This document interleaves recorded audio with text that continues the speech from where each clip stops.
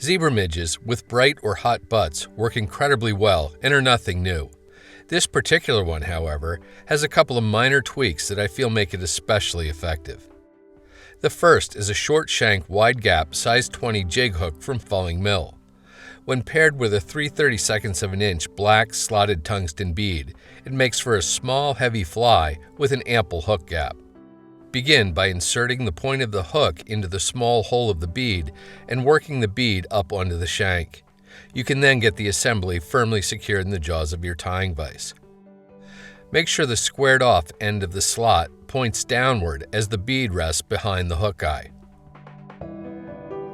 For thread, UTC 70 denier in black is a good choice, mainly because it's so easy to cord and uncord.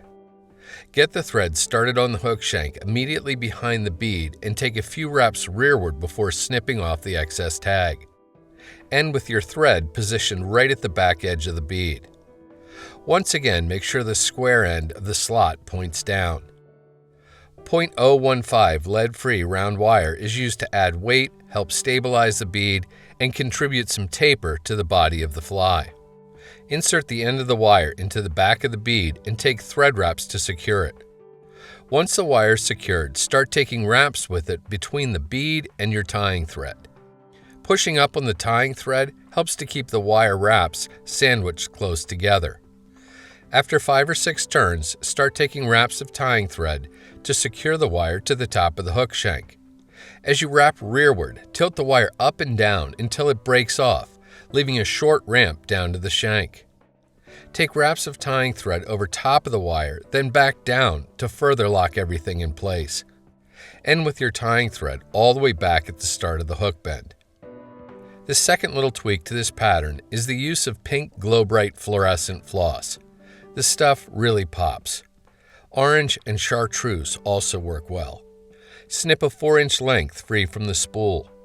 With 1.5 inches or so hanging beyond the hook bend, secure the floss to the shank with a couple tight turns of tying thread. Then advance your thread forward to in front of the floss.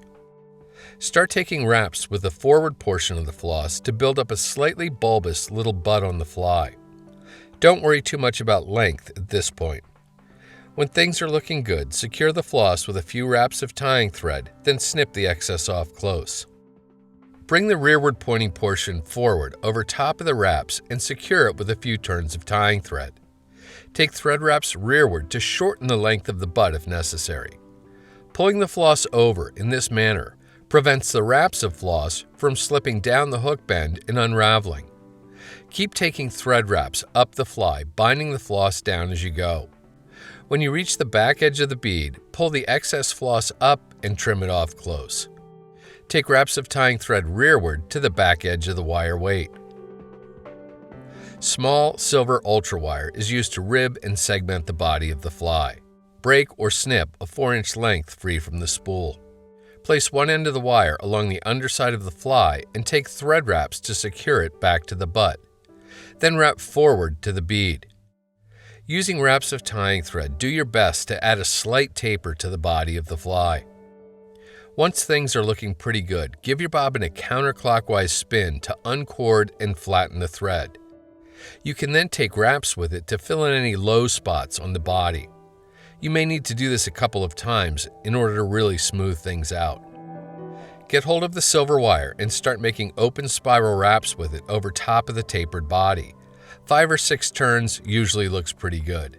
At the back edge of the bead, use tight wraps of tying thread to firmly anchor the wire. Then brace the fly with the nozzle of your bobbin and helicopter the wire to break it off close. Although not essential, I think a sparse collar of black rabbit fur really adds something to this pattern. Pluck just the smallest amount free from the packet. Use the dubbing to create a short, slender noodle on your tying thread. Take wraps with a noodle to build up a fuzzy little collar on the fly. Keep it small. With the collar complete, reach for your whip finish tool and use it to do a 4 or 5 turn whip finish, seat the knot well, and snip or cut your tying thread free. A small drop of head cement, or here Sally Hansen hard as nails, applied to the thread wraps at the back edge of the bead will ensure they don't come unraveled. Once the adhesive sinks in and dries, your Brite Butt Zebra Midge is ready to fish.